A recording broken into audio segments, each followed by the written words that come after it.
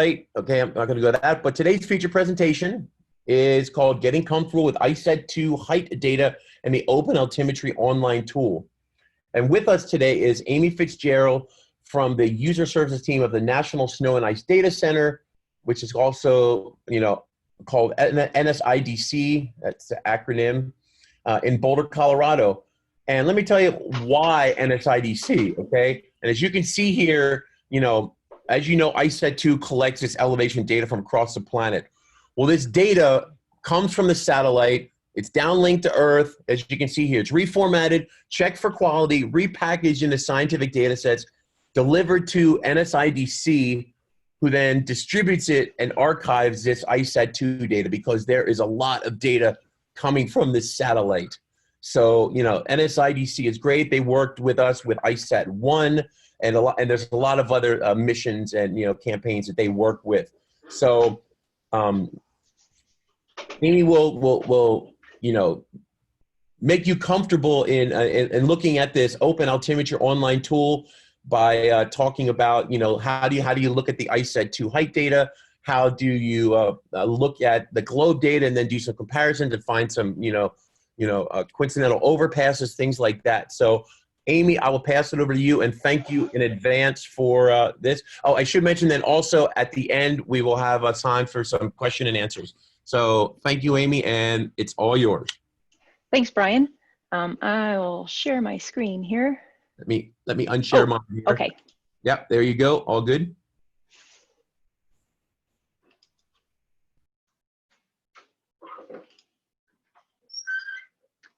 Alrighty. As Brian mentioned, I work with the National Snow and Ice Data Center in Boulder, Colorado, where it's currently about 40 degrees Fahrenheit, a little over 4 degrees Celsius, and sunny. I'm going to sort of buzz through my introduction to Open Altimetry and getting around using the data that's archived in this tool. Really quickly, Open Altimetry is the product of a collaboration between the National Snow and Ice Data Center, the Scripps Institution of Oceanography, and the San Diego Supercomputer Center at UC San Diego. It was a custom-built application to meet discovery, access, and visualization needs of data from NASA's ISAT and ISAT-2 missions. Today, I'll be focusing on the ISAT-2 data and how it relates to data collected for the Trees Around the Globe campaign.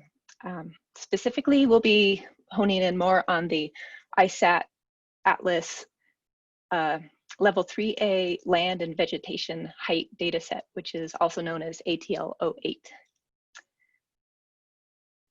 So briefly, I'll switch into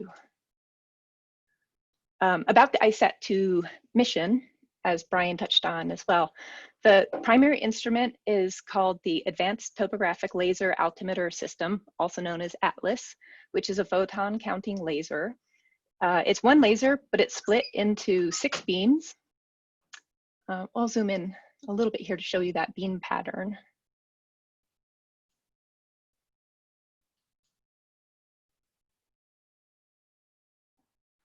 So it's got 3 weak and strong pairs. You can get a quick glimpse of which are weak and strong by using the Select Beams button here. I'll go over the tools more thoroughly, but just a quick intro to talk to the instrument. Atlas takes measurements every 70 centimeters along the satellite's ground path, and it has a footprint of about 13 meters diameter. The beam pairs are spaced 3.3 kilometers apart, with a distance of 90 meters between each weak and strong beam. So you zoom in a little closer here, you can see the spacing.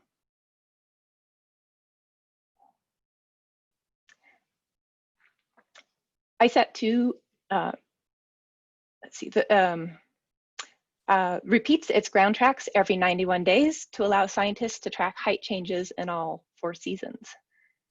The land and vegetation height dataset, ATL-08, contains a long track heights above the WGS-84 ellipsoid for ground and contains ground and canopy surface information. the ground and canopy surfaces are processed in fixed 100-meter data segments. So what you'll see in Open Altimetry are the approximate midpoints of the 100-meter data segment, where the terrain and canopy statistics for that segment are reported. So currently, that's what you're looking at here if we, as we zoom around on my screen and are looking at these data points. I'll put a slide up at the end of this webinar with links to the NASA spec sheet for the ISAT-2 instrument and to NSIDC's gateway for ISAT-2 data access and the documentation, so that anyone interested in diving more deeply into ISAT-2, ATL08, or the other ISAT-2 data sets archived at NSIDC, you can grab those links and do that. So now I'll introduce the Open Altimetry web application as a whole. To get going on that, we'll first introduce the reset button. So this resets you back out to sort of your home view.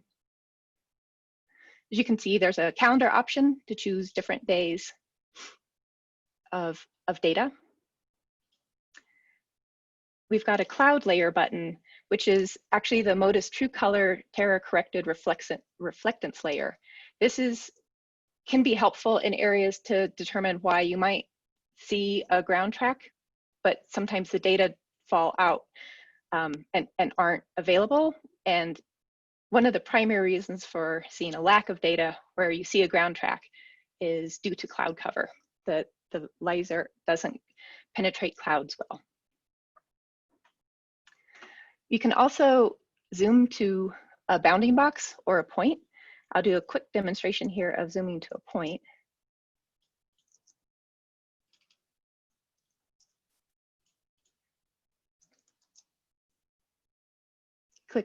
So you punch in your longitude and latitude, click on the update map, and what that's done is actually centered the map to that point. So it doesn't add a graphic. If you want to zoom in, actually, I'm not sure it's centered.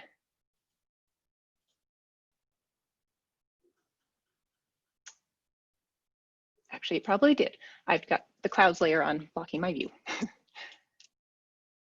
So knowing that it doesn't zoom into that point or add a graphic, but you can then you can manually use the zoom button to get in and know that that coordinate, there's a coordinate readout here in the lower left, is about where your cursor is hovering. You can also turn on the reference ground track layer. These, when they're this pink color, are the inactive but present tracks that have data. If I click on one of those tracks, it'll show the dates where data are available. And if I click on that down here in the lower left again, it also updates the map to show what the currently selected date with data are being displayed in the map.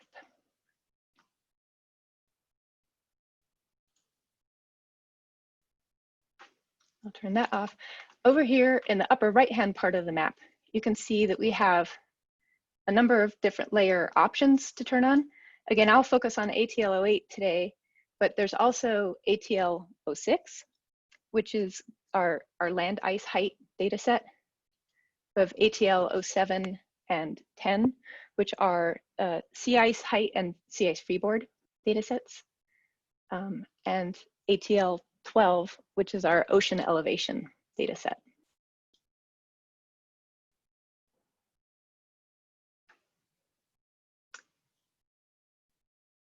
The last tools I'll introduce here are, let's see,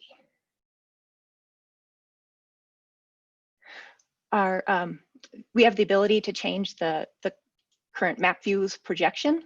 So we have the Arctic polar projection, regular geographic, and the Antarctic polar projection.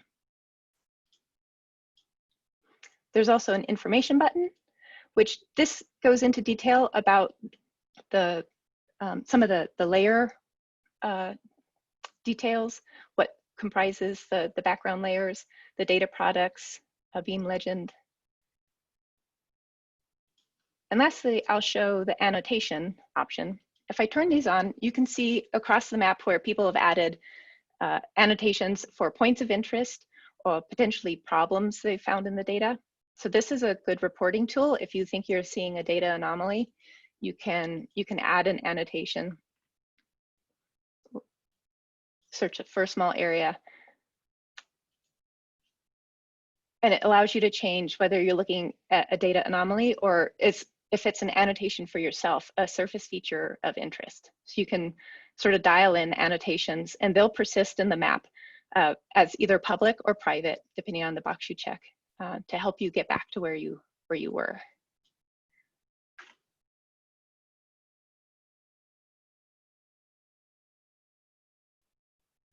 So what I'm going to do here is I've added an annotation that I'm going to search for.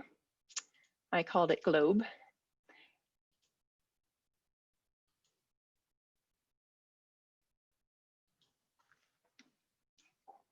So this is where I found an area where we've got ATL08 data that overlie that coincide fairly closely with a citizen science contributed point from the globe advanced data access tool that I found in Sweden. So if I click on my annotation, you can see the details that I added for this. So I'll close that for now. I'm going to open up Google Earth really quickly and just show you. This is where I use Google Earth to plot the coordinates of the citizen science contributed point. So this is, I've just added a screen grab of the line item for this site here. So that's what it looks like plotted in Google Earth. So close that. I'll keep this up for a bit.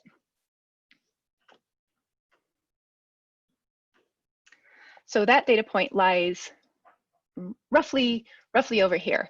So it's relatively close to the ATL08 data.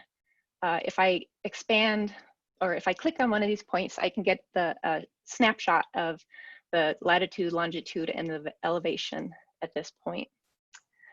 What you may notice is there's a couple of things going on. As I mentioned earlier, the ATL08 data are being reported as aggregated data over a 100-meter segment. So this point isn't necessarily really the exact height of a tree in this area, but it is, if we were in an area with sort of a continuous forest, it would be the continuous height approximately over that 100-meter segment.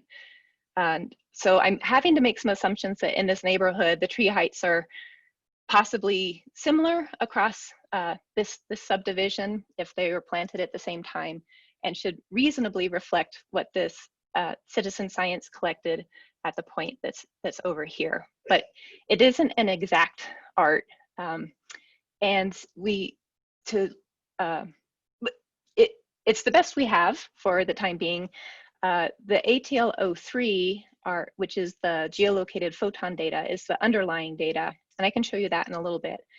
That is unclassified, whereas the ATL08 has been classified into canopy height and terrain elevation. And so the background noise and errant photons have been cleaned out to report just the data and other important parameters that you would potentially be interested in. So another thing that you might notice is that this elevation for the satellite data of ATL08 is reported at 73.9 meters, whereas the citizen scientists have reported that the elevation at this site was 37.6 meters. And this is because Atlas is reported in as a measurement reference to the WGS 84 ellipsoid height, whereas the terrain height being reported from the Globes app appears to be what's called orthometric height, which is sort of your land height in the area where you are relative to sea level. So I've got a quick graphic that I'll show.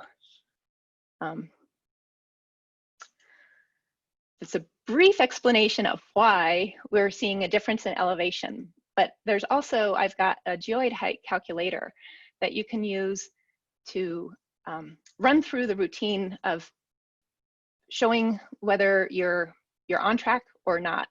What I've done is used, let me show you that really quickly.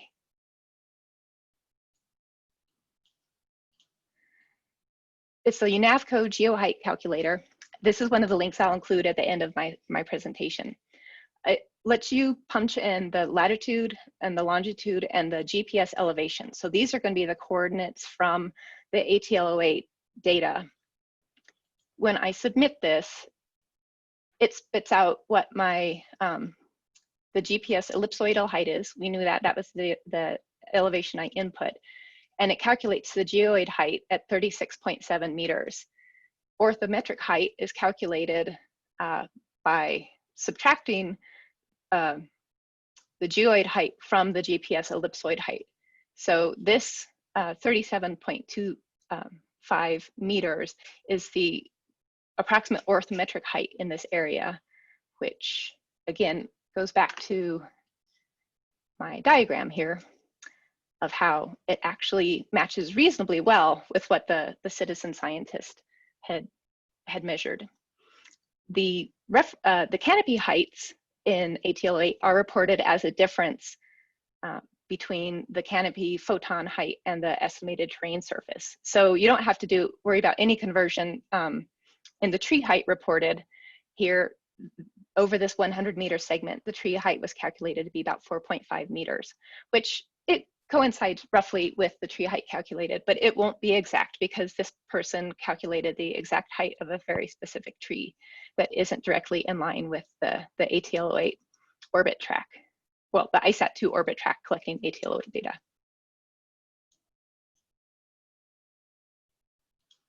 So another functionality that you have within Open Altimetry is, I'm going to scooch this over a little bit. If I use the Select a Region tool,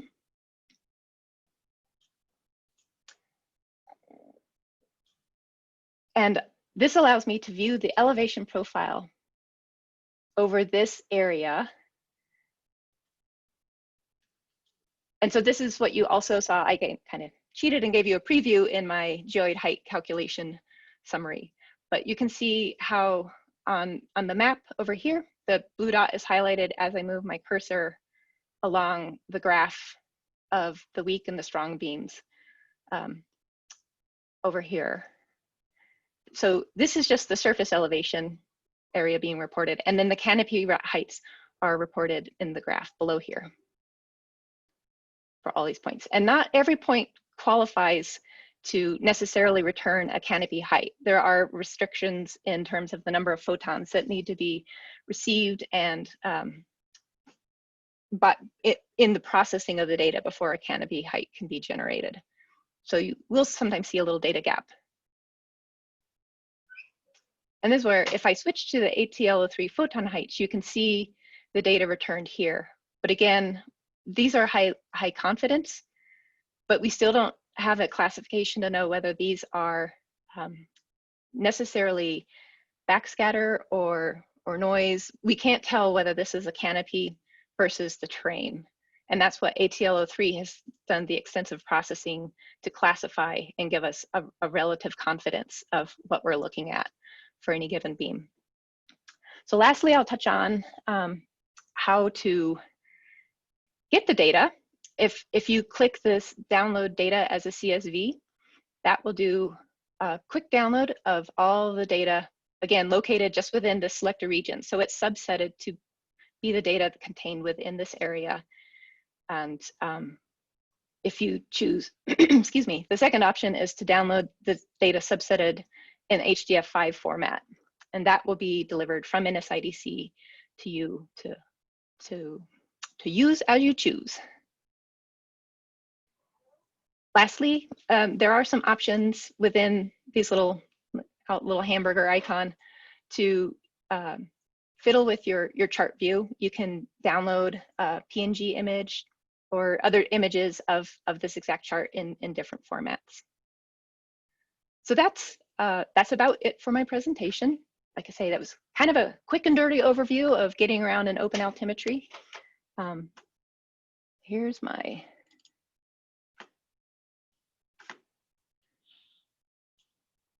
I'll pop this up quickly.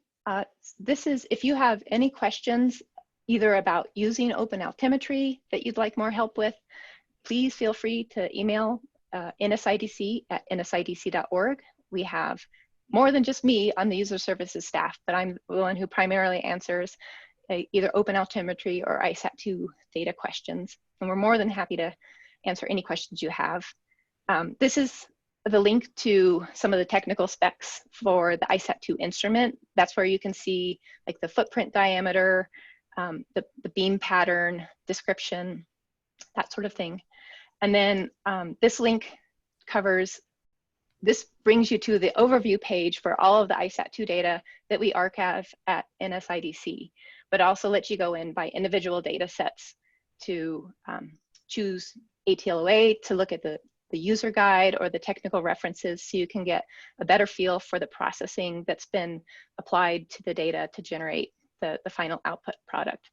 And lastly, this is the link to the UNAVCO site. If anyone's interested in the GeoHeight calculator, it is handy if you're looking at orthometric heights versus ellipsoidal heights. It does help demystify why there can seem like a sizable difference, but it's just taken into account the undulation of the geoid across the planet in different regions.